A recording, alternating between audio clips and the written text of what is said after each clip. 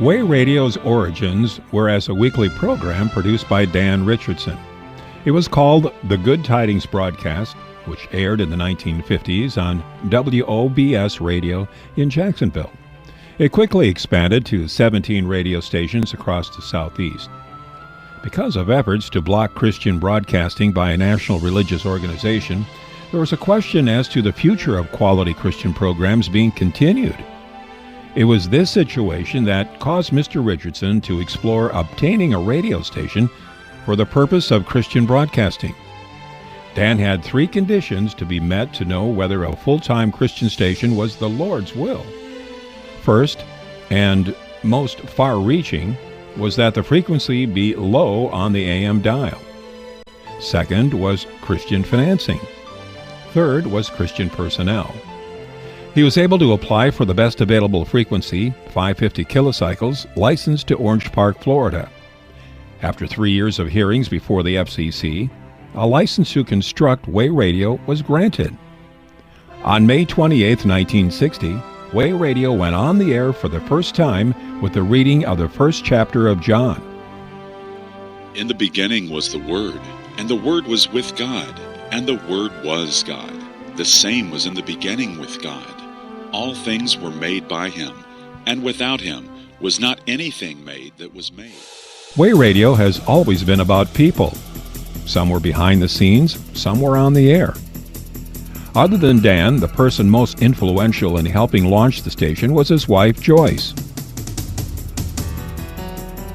But she was able to do without if it needed to be done, to see that these things happen. She was as much a part of the founding and perpetuation of Way Radio as my dad. They worked together. At the beginning, some on staff were working part-time while in high school. For some, Way Radio was a second job, and for a smaller number, Way Radio was their career. In the early days, Way Radio depended on Joyce's sister Frankie Tidwell and her husband Jack for help in the office and with engineering. Jack and Frankie went on to found WAFT, a sister station to Way Radio in Valdosta, Georgia. Through the years, many staff members have come and gone, including Mr. Richardson, who passed away in 1988. Each staff member played a role in keeping Way Radio on the air.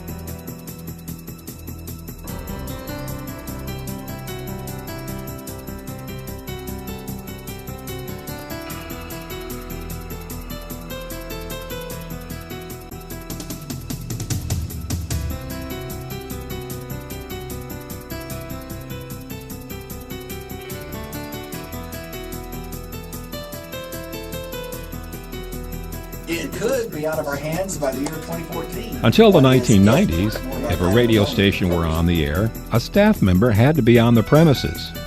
In today's world of radio, automation plays an ever-increasing role and allows a radio station to operate with fewer employees. Way Radio is a nonprofit ministry of the Good Tidings Trust and has been overseen by a board of directors. Giving advice, oversight, and help when needed, these men have been the ones to make sure Way Radio fulfills its purpose. In 1960, Way Radio began on a 17-acre tract of pasture land just south of Orange Park, Florida. This site was chosen because it was compatible with the flight pattern of the Naval Air Station. With a single tower and a cinder block building on Blanding Boulevard, Way Radio went on the air with 1,000 watts from sunup to sundown. In the early days, Way Radio always signed off the air with this familiar song from Helen Barth. For the road leads home, sweet, sweet home. Oh, who would mind the journey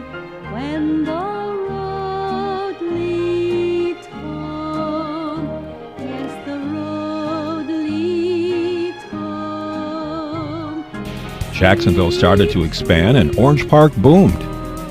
Way Radio took the opportunity to sell the existing land to a developer. For the next 20 years, Walmart called that land home. Now a new Academy Sports Store sits on the original Way Radio land. With the sale, Way Radio upgraded to a 73-acre site toward Lake Asbury. This allowed the station to eventually increase power to 5,000 watts by adding multiple towers and to broadcast 24 hours a day. In 1997, then General Manager of Way Radio, Dick Weir, found an available station, 90.7 FM in Brunswick, Georgia. Good Tidings Trust acquired the station, which now broadcasts Christian music 24 hours a day.